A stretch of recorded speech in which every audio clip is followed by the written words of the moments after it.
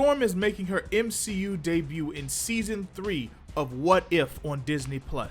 Not only that, but she'll be wielding Mjolnir as the Asgardian goddess of thunder, neither of which are brand new concepts. So now's the perfect time to cover Storm's status as the goddess of thunder in the comics. But first, let's take a closer look at this quick teaser shot from the What If trailer. The footage starts off with a thunderclap, with Storm in the distance. Doom and gloom surround her before we cut to black. Then we see Storm descending upon a mass of writhing tentacles. Now, to my knowledge, this hasn't been confirmed, but I think this could be Shuma-Gorath. Who else in the Marvel Universe is known for being a giant writhing mass of tentacles? The only thing we didn't see is the eye. But we may be finally getting a proper Shuma-Gorath in the MCU, which we have been desperately in need of after that disappointing quote-unquote cameo appearance in Doctor Strange in the Multiverse of Madness. Hopefully, if this is our Shuma, then we'll get a proper Eldritch horror who is a cosmic and multi-dimensional threat. But then we get what we were all coming for, as Storm announces her presence. I am Storm, goddess of thunder! Yes! The booming, powerful voice of Allison Seeley Smith, and we get a view of Storm's outfit. This one looks more like a combination of Thor's outfit and one of Storm's outfits, particularly her white bodysuit from the Gold Team Leader days. And even though we don't get a full body shot of her in this, it looks like it's gonna be on point. But the piece de resistance on this whole thing is the massive surge of lightning and wind that she chucks at Shuma. I'm just gonna call it Shuma tentatively. If it turns out not being Shuma, oh well. Is it gonna kill him? Of course not, but it looks freaking cool. And we have no idea why she's fighting him, how she even got her hands on Mjolnir. This may be the first time Goddess of Thunderstorm has been adapted outside of the comics. Let's take a deeper look at it, shall we? Way back!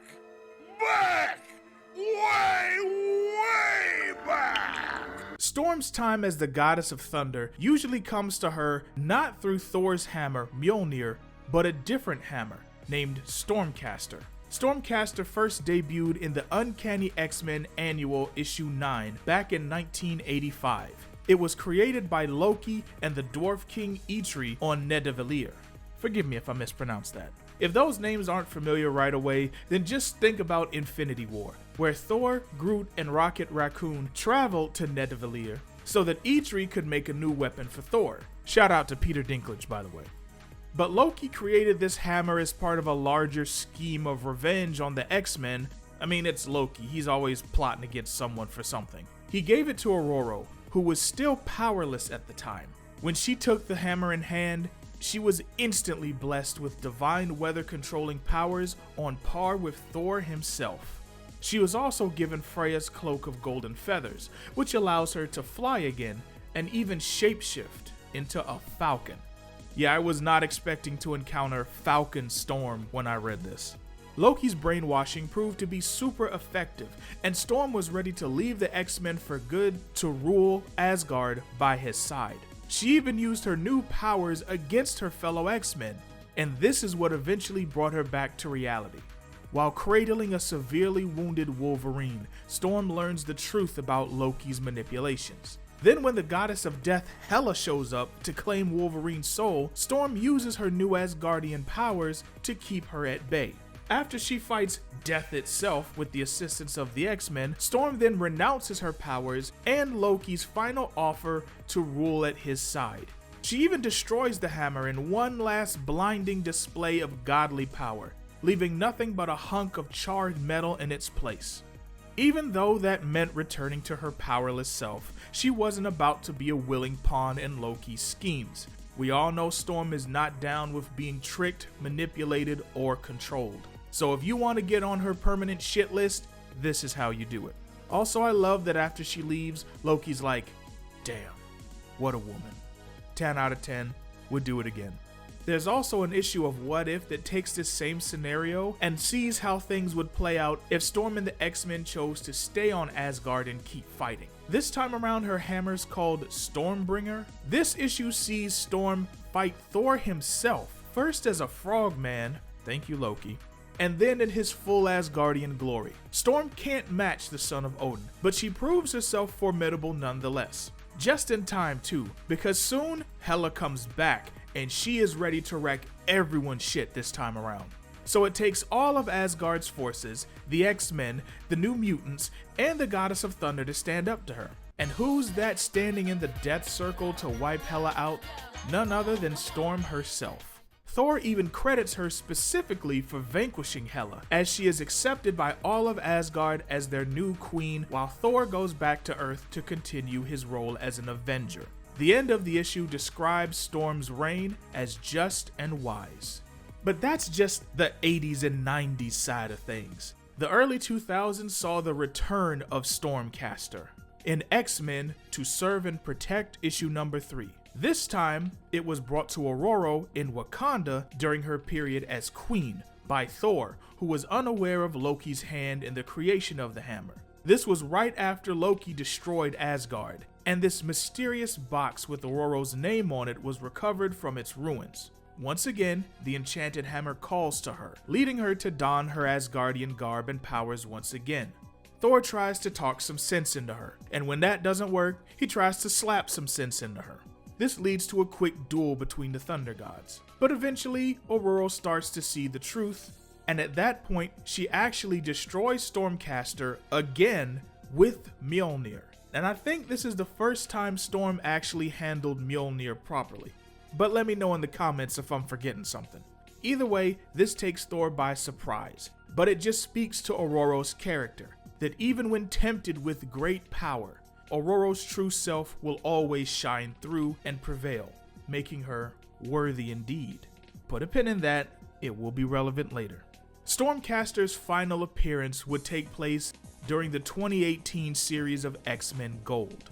The hammer reformed again and was laying dormant in old Asgard before it was summoned by the combined cries of Storm while she was suffering a bout of claustrophobia while she was being locked up, and the dying prayers of her surrogate mother, Inet, who had just suffered a fatal attack from the evil god Uovu. Before Storm even knows why it had returned to her, she takes it in hand and makes good use of its powers during a battle with Scythian, who is described in the text as a world-ending force of nature, devoid of reason or intellect. And our Weather Witch's Asgardian power-up comes in clutch when she and the X-Men need to put him down. After some time training with Stormcaster to make it more responsive to her will, she eventually learns of Inet's fate and travels to Kenya to face off against this malevolent god, which is rampaging throughout the Kenyan village, taking advantage of departed souls, including Storm's own parents. Storm's natural powers on their own are not enough, and so she goes full Goddess of Thunder and still takes a whooping. But eventually, she does overpower and overcome the evil god, avenging Inet and freeing all the departed souls who he was manipulating. She even gets to have a much needed final moment with the spirits of her parents. Unfortunately, doing this takes all of Stormcaster's power, and after the battle is over, the hammer turns to dust. But that's okay, because it's fulfilled its ultimate purpose. So that covers all of Storm's time with Stormcaster, but according to the Marvel X account, Storm will specifically be wielding Mjolnir. Now that's not totally uncharted territory either, but it's also not nearly as common as when she wields Stormcaster. Let me explain. Storm recently got the chance to use the hammer properly in an actual fight during her induction into the Thor Corps in Immortal Thor issues 4 and 5. After being abruptly summoned to Thor's presence, Storm tells the god of thunder off and demands to be returned to Arakko. When he refuses, she starts slamming him with lightning and intense gravity, which draws blood from his ears. But this is Thor we're talking about here, who just asks the lightning to stop hurting him, and it listens to Storm's dismay. This leads to a compelling exchange between the two about legitimate power, the differences in how each of them command weather, and how everyone always wants to know which of them is stronger. Let me know in the comments if you want me to go deeper into how these two compare, because their history together is actually pretty fascinating. Thor continues to appeal to Storm with words alone, but Thor would end up putting a period on his own argument by just chucking Mjolnir at Storm. When she catches it, lightning strikes, and she is adorned in a brand new Goddess of Thunder armor set. Just in time, as we see the whole reason for why Thor even called Storm to him in the first place. Tyrannos, an elder god and the original god of thunder, has come to end all things and claim Thor's power as his own. Thor gathers all of those who he deems as worthy, his Thor Corps, for a battle of might and, more importantly, wits.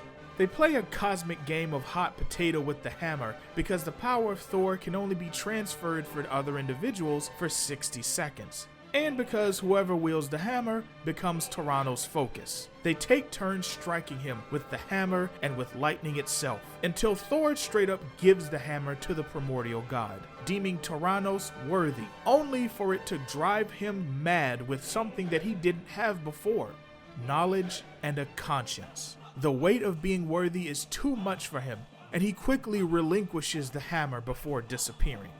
Aurora didn't get to do much with the hammer this time around. As she says in the text, she didn't want it in the first place, but she's still impressed with Thor's plan.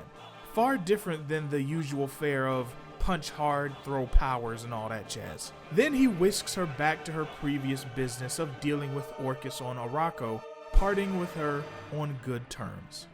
Storm also donned the title of Goddess of Thunder during the X-Men Millennial Visions series back in the early 2000s. This wasn't a full comic series as much as it was a collection of scenarios written in prose form with some art to accompany them.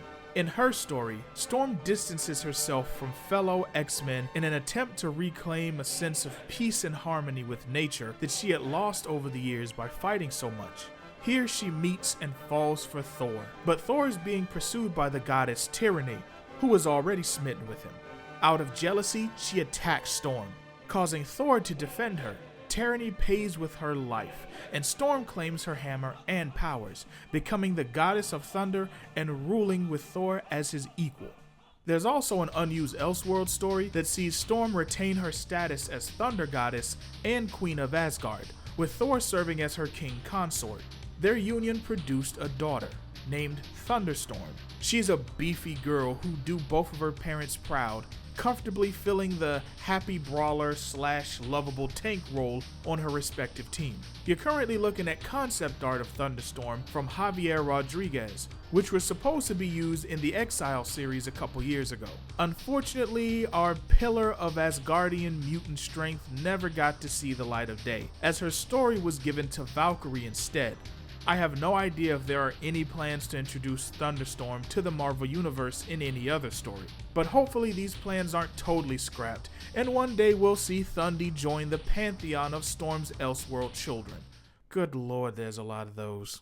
But there you have it, the history of Storm as the Asgardian Goddess of Thunder. Which is your favorite interpretation of Goddess of Thunder Storm? Are you happy to see her entry into the MCU, or would you have rather a more traditional take on our Weather Witch? Either way, let me know down in the comments, and then click this video right here to get some more Weather Witch goddessness in your life. And until next time, keep simping.